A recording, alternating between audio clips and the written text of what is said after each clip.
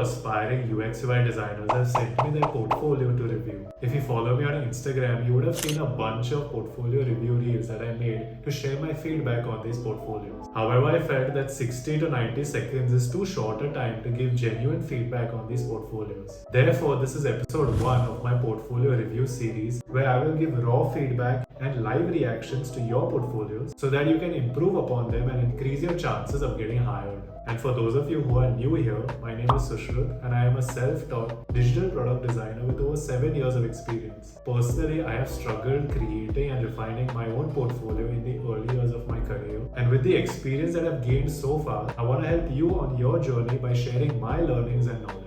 This series is aimed at giving practical and constructive feedback with the sole purpose of helping you take your portfolios to the next level. Let's get started. Okay, so this portfolio is of Chirag, and he is a UX designer with 1 or 2 years of experience. So his portfolio is on Behance, which is great. However, the first thing I notice is that his profile picture is missing. Now, your portfolio is going to be shared with recruiters that want to hire you, right, in their company. So showing yourself, showing your personality is super important, and something as small as not having your profile picture can be a turn off for recruiters. So I would recommend you have a nice professional profile picture of you so you can see the person's face clearly, and that is like an introduction to yourself and your portfolio. So he has his name, he has his location, he should add his picture as well. In terms of the thumbnails here of his case studies, they are all right because they show a little bit about the work, the name of the project. However, they seem a bit inconsistent, right? Because if you look at a portfolio website of many other designers, all of their thumbnails would have a similar aesthetic to it. So over here, he has the images in the center. Over here, it's on the side. And the text is a bit, positioned differently for each thumbnail. So I would recommend that he maintain some sort of consistency, at least for the thumbnail. So now let's go into one of his case studies. So at the top you have Fit Hall AI, which is a name, all right. Your AI trainer in fitness excellence, okay. These images here, now the one on the right is all right, it's good. I can at least see the work that he's done. This image on the left here is kind of irrelevant because this is not something he designed. I'm sure he might have taken it online, or even if he shot it really doesn't tell us much about his work. And this image in the center, which is supposed to be the most important, is of his splash screen. Now, what's the difference between this and this, right? There's not much difference. I already see the logo here, so I don't need to see it again here. I would recommend showing more screen, like another screen that you actually designed, so I could see more of your work up front. Now as we scroll, again I see the same image here that's shown up here, kind of redundant. So try to show something else, right? Show more of your work as you can. Okay, yes, project scope. This project aims to make fitness guidance available and affordable. Okay, uses smart technology like cameras and AI to help you exercise safely. So I personally work out and I've used a lot of fitness apps in the past. So it's interesting to see what sort of AI technology he has used and what problem is he trying to solve. If I scroll further, he has this problem statement here. I would recommend keeping a little higher up on the page because you first want to talk about the problem statement. I'm guessing that this is his personal project. So there's no point in showing a scope. Just show me the problem and start with that. Again, if I show you these text blocks here, it's a lot of text for the recruiter to read. Now granted, you need to explain your problem statement in a paragraph maybe, but remember that a recruiter is probably recruiting 20 portfolios at a time, right? So they're literally going to skim through it like this. As I scroll, I'll just want to see bullet points. So you could highlight certain keywords in these paragraphs, so it'll help the recruiter read it faster. Or you could have like a 2-line heading explaining the problem statement, and then you can give a paragraph diving deeper. I like these images here because they're talking about pain points that a user faces. It would have been nice if you put it horizontally, right? So it's easier to sort of scan, and you could probably number them, that these are the top 3 or top 4 pain points that he's solving for. So as I read this problem statement, I'm just going to skim through it. Users are concerned about the form, okay, and they lack personalized guidance from trainers. So I believe this app is supposed to kind of replace a personal trainer, because personal trainers are costly, and they provide individual attention, but it's very expensive. So I think this app is trying to help people improve their form. So it's interesting to see. I want to see how he has solved for it. So for people who are in a hurry, here you go. So I like the idea here. He's thought of the use case where a recruiter is in a hurry. But this is a nice video, right? It's showing me the screen and a prototype. However, he could have put some supporting text here, like what is this video about? What is this solution about? And give some rationale, right? Because just by looking at this video, I don't know what he solved for. So that's something to add. Okay, design process. Now, I see this a lot, right? A lot of beginners, they will map out the design thinking process or double diamond. In this case, I think he's used design thinking. The thing is, you shouldn't show this explicitly, because a recruiter automatically knows that A, you're a newbie, and B, they already know that no design project is ever linear, right? Because you're showing the process like this. They know that there's no design process that's perfectly starts with discover and then you move to define and then ideate. Because what happens in most projects, in all projects, is that you jump from different stage to different stage. So I might be at ideation, but I might go back to discovery, then I might test something, then I might define. The point is that recruiters already know about this process. You don't need to show it. Just start with step 1. What did you do? Then after that, what did you do? And then tell a story in that manner. So I would vote against showing this. Understanding the user's problem from story. Okay. Story of Rahul, who works out in the gym. Okay, Rahul is a graphic designer, digital marketing company. Okay. So he's used a storyboard here, which is nice. He's trying to explain the journey of a user through these illustrations. I like the illustrations, not gonna lie. They're pretty nice. But it's a lot. Again, it's a lot for me to process. So I'm just skimming through it. And what I gauge here is that Rahul wants to, learn how to work out. He's tried reaching out to a personal trainer, but they're not available. So he tries to look at some, tutorials online, and then he can't find something useful. So, while working out, he faces pain. So pain points here, worries about whether he's performing, less motivation. Now, what's interesting here is that a lot of people look at YouTube videos, including myself, and a lot of apps are already there that solve for this problem. Because, not gonna lie, most of the videos out there, they're decent, they're good. Like I personally have learned just by watching videos. So I want to see how this designer has further solved this problem. Because from what it looks here is that videos are not good enough, right?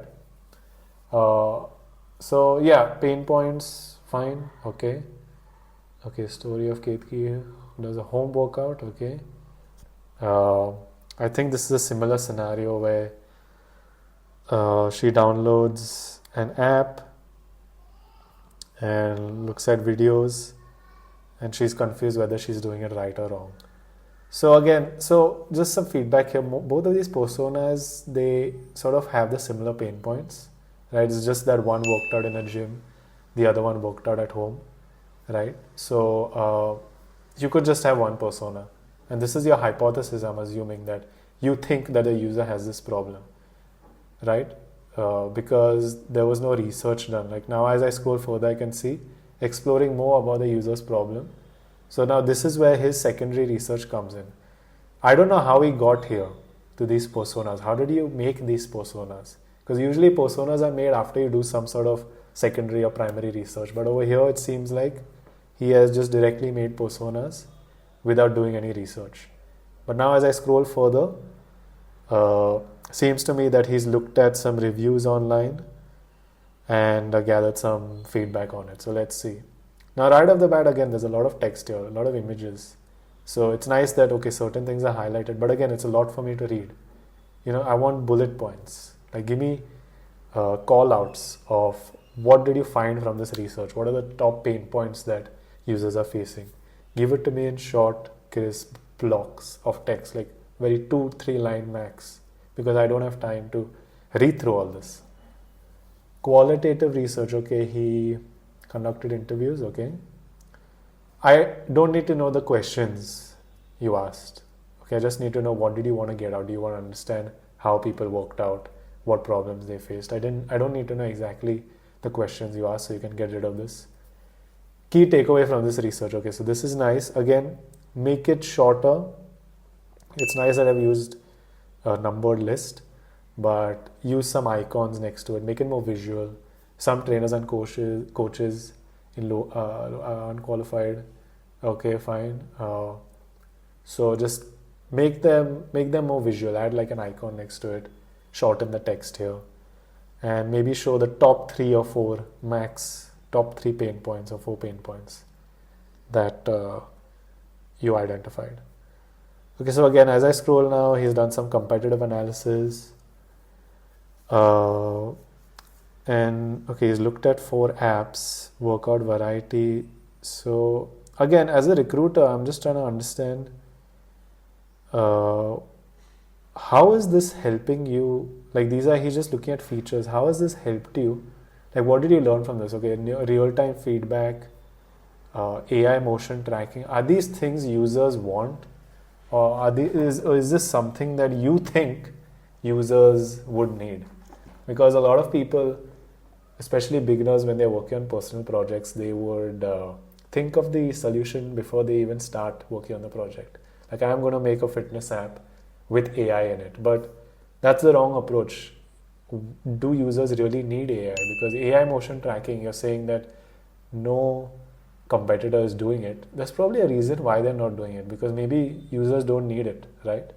So I wanted to think about when you're doing some sort of these analysis, is there a particular feature that users genuinely want and they've asked for it, and that you're doing competitor analysis to see, oh, have competitors solved for this or not? So that's something to keep in mind. User flow, okay, again, user flow of what? Okay, because this is onboarding. Okay, then you have home. If you log in, choose workout plan, detail about workout. This seems more like an information architecture. It's not really a flow, right? And again, now he's gone into information architecture. So I see what's happening here. You're trying to show these diagrams, like user flow, information architecture. It's not really going to impress the recruiter, because you haven't really explained what this flow is about. Why did you make this flow? Is there a problem in the flows from your competitors that you're improving on? Why are you making this? That's what I want to know as a recruiter. And again, information architecture, okay. How did you come up with nutrition, explore, home, account, insights? Because you've done your research here. Key takeaways, concern about proper form, user feels demotivated. Okay, so how did you come up with these features? You're not explaining to me why they're important to the problem you're solving. Because if you scroll back up to the problem statement, you said users are concerned about their form, posture, technique, and personal training is expensive. So explain that to me. How are these solutions solving for those problems, right? Anyway, now, okay, let's jump directly into style guide. Again, no need to show this, and if you want to show it, explain how did you come up with these colors and this typography, because he's just displayed. I'm scrolling further. I want to see. yeah, there's no real mention of why did you choose open sans, why did you choose orange blue. I mean, you could have ripped this off some color palette online, right? Anybody can do that. So why you look how much space this is taking. It's taking a lot of space. And what difference does it make by showing these components? And I'm giving you constructive feedback, don't take this in the wrong way. This is just what a recruiter might. It's better that I tell you this versus in an interview if somebody asks you this. So if you're going to show me that you've picked these colors, show me why blue matters. Explain why did you pick orange? Why didn't you pick purple? Why didn't you pick green? Why didn't you pick red? You got to explain all of that. UI screens, okay. So onboarding, right, okay, he's showing me these screens, okay, a lot of images, fine. Again, I'm scrolling, I see a lot of screens here. Okay, finally I can see some sort of rationale. So now, in this whole onboarding section, my first question is, why? Right? Very simple. Why this layout? Why have you chosen to choose this onboarding? I mean, as a recruiter, I'll say, most people, they will skip through all of this. Like, when I download an app and I open it and I see these sort of intro screens, personally, I just tap next, next, next, next. I don't really read all this. So why is this part of your onboarding? Right? Something to keep in mind. Why is this part of your onboarding? Login, sign up. Again, don't really need to show these screens. These are very secondary screens. Up front, you should show me the screens that have solved the problem. Because if I scroll further, home and workout flow, now I can finally see some screens that potentially solves the problem statement that was written above. So weekly workout summary at the top of the home page aims to provide users with immediate insights into their process. Okay. View personalized workout with proper schedule generated by AI. See plans, workouts for the day. Okay. Now, I've used apps in the past and all of the apps have these same features. So again, my question is, what are you doing differently? Finished workout, list of finished workout. Okay, fine. I want to say he included AI somewhere. So I want to say, okay, AI monitoring your movements for precise tracking. Okay. Now again, let's think practically. And this is for people who work out in the gym. Now, gyms are usually crowded. Number one, how will a user place this camera, okay, in a position that will capture their body? Because user would need a tripod, right? Which not many people have a tripod.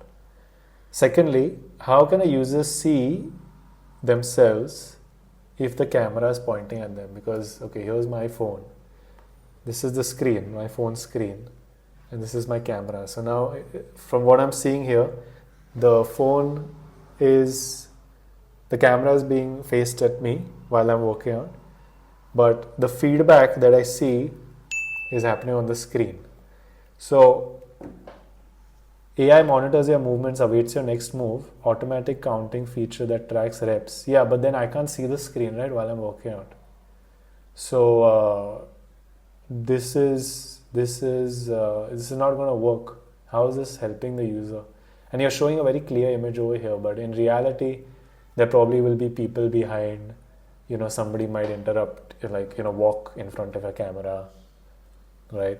So how is this? How are you getting feedback when let's say I'm doing a bicep curl and the camera is facing me? How do I know I'm doing it right? Is some audio gonna play? I don't know what's happening over here. So again, this is what happens when you think of a solution before solving a problem. Like he must have thought of AI. Oh, I'm gonna put AI in my app and it's gonna be great. But then again, it's not really helping the user's ultimate core problem of correcting their form. Okay, meal planner again.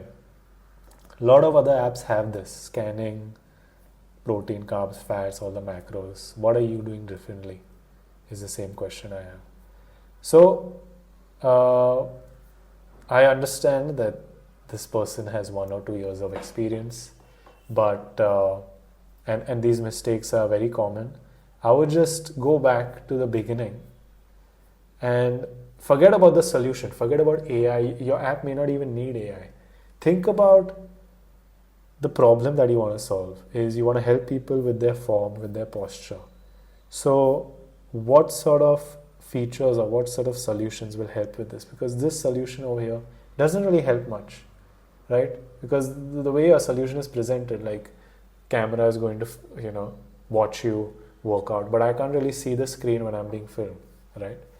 So think about how people are solving for this today, and try to come up with another solution. Because again, showing these diagrams, honestly, you may think it's good. You may think a recruiter is going to be like, oh wow, user flow, information architecture style guide. They want to know how you think. That's the bottom line. The core skill of a UX designer is problem solving, and they want to know how have you identified this problem. It's a nice problem to solve, but how have you solved for it?